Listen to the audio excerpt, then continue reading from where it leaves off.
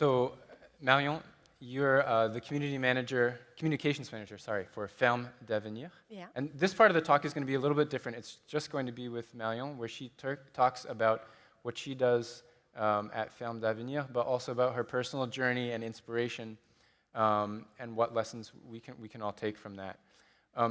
So, can you tell us a little bit about what Fermes d'Avenir does, which means Farms of the Future, and along with that, what exactly is the connection between fossil fuels and agriculture?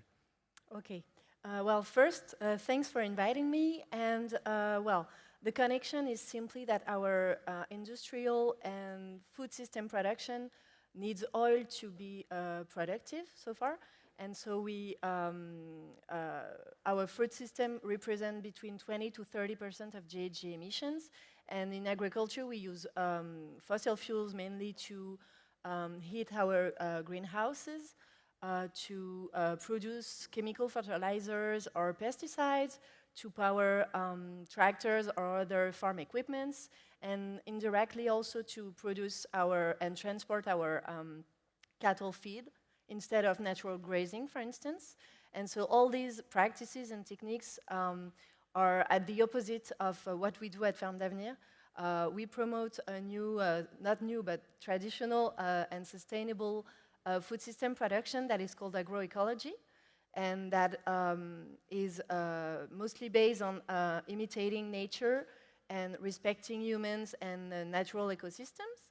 So to us, in our vision, agroecological farms are farms that produce healthy and high-quality products while preserving the natural ecosystems, climate change, soil, biodiversity, natural resources, while enabling farmers to make a living. And so in our view, agroecology is really the reconciliation between economy, ecology, and agronomy. Cool, great. And so to get a little bit into your personal story, did you always want to work in farming and agriculture? Not farming, but I always knew that I wanted to work in ecology. I grew up in a small village in, well, maybe 1 hour from Paris.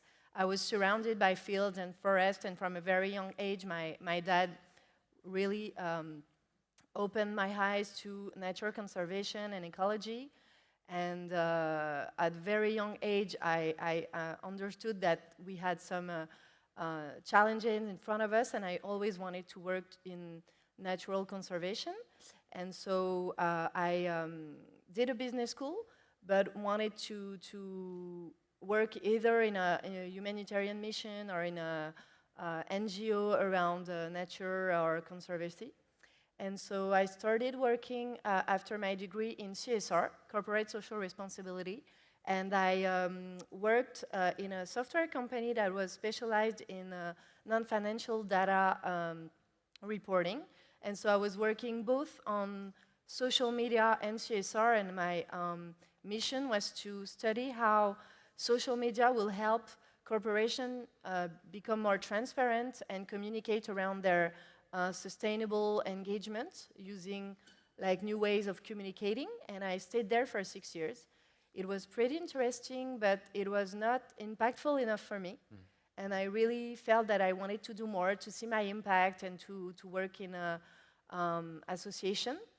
And so around the time of the COP21, I had a moment where I would, at the time, ask my manager to go and cover the COP because I was blogging on CSR and sustainability. And my manager told me, oh, yes, sure, you can go. You just take a day off and you go and you cover the COP. And I had a breakthrough. I was like, oh, no, I don't want to take a day off. I don't want to have a work where I need to escape from to follow my passion. I want to cover the COP. I want it to be my real job. And so I was like, okay, at the end of the year, I need to be gone and to really pursue my dream. I didn't want to settle. I really wanted to work in that. So I quit. I started a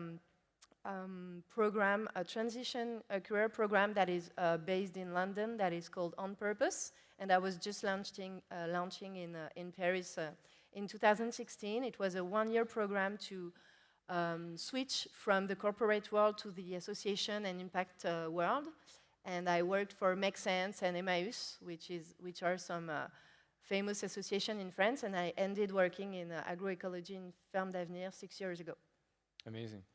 And was it hard to make that leap? Did it feel like a risk? Did it feel like a sacrifice? It was not a sacrifice, because when you follow your passion, it's never a sacrifice, but it was a bit scary, yes, because I was in a company I was working for 6 years. I had a good salary. I had an unlimited contract with co-workers. I was recognized. I had friends there. It was a safety net. And as I said, I didn't want to settle, so I just took the risk of going for a program where I cut my salary in half. And I didn't know what I would get after the program, but it didn't really matter. And today I'm not making not enough money, but as much money as other people who were in business school with me, or even not as much money as I made before. But I really do believe in sobriety, and I try to align my way of living with my values. And so it doesn't matter, like I don't take the plane to go in vacation. I try to eat less meat, and so my personal budget realigns with what I'm making now. So it's I've never been happier in my professional world. Okay, fantastic. Can you tell us about some of the major accomplishments at Fermes d'Avenir? What have you done there? Yes, so Fermes d'Avenir, what we do is we try to help to make sustainable farms grow all around France. And we do that either by helping existing farms, which are conventional, to switch to agroecological models, or we help candidates who want to become farmers to start their project and sustain them. And so we do that through 4 main activities. The first one is we create contents. We identify top-performing farms, which are, of course, sustainable and that implement agroecological practices, and we document them through videos, podcasts, technical portraits to identify their best practices and to pass them along to as much other farmers as we can. And so far, we have worked with around 1,000 farms in 10 years. So we have I think we have the biggest agroecological farmers network in France. Our second activity is that we train farmers and agriculture entrepreneurs to start their project. We train them on the theory and on the practical side of vegetable farming. And in 10 years, we trained around maybe 1,000 people as well. Our third activity is consulting, because we are contacted by a lot of private or public organizations who have lands and they want to start farms, but they don't have the capacity or the skills to do it internally. So we create the farms for them. We identify the lands, we identify the people, we create the business models. And so far, we coached and created around 100 projects. And our first activity is to finance projects, because we have a crowdfunding platform that is called Bluebees, and that connects citizens who want to either lend or give money to agroecological projects. And in 10 years, we have around 90,000 citizens who have donated or loaned 12 million euros to finance 800 agroecological projects. So that's our main achievements. That's amazing. I want to ask you about food next. For consumers, I think that buying food in an eco-conscious way often feels overwhelming when you're at the grocery store or whatever store you go to. Do you have advice for consumers about that? Yes, so I'm talking a lot about agroecology, but so far agroecology, it's not a label in France. So we have the organic label that you all probably know, but it's not exactly the same for us. Organic, it's the minimum, but we can do a lot more in terms of practices. And so as agroecology is not a label yet, my first advice would be for people who want to change their consumption habit is to identify and consume organic products, but they can also be careful of season product, not to eat products that are out of season, local, to find direct farm shops, to consume less meat, etc. All these habits that I'm sure you all already know. Of course, the second thing would be to think about your savings. Are you leaving them on your bank accounts, or can you, for instance, put them into profit, like on platforms such as Bluebees, where you can use them to finance impactful projects? And also, it's a more political point of view, but I think we also need to be clear and honest about how, what are our priorities. Today we know what kind of practices can help regenerate the ecosystem, but the issue that is really preventing the transition to be more quick and more effective is the price of food. And so we need to accept to put a higher price on our food and to really think about how we can finance the transition, because farmers, to be able to switch from one model to the other, really need to finance the risk they're taking and to finance their new practices. And so, for instance, I'm going to give you a figure. In the 60s, the home budget dedicated to food was around like 30 to 35%. And now, today, it's 20%.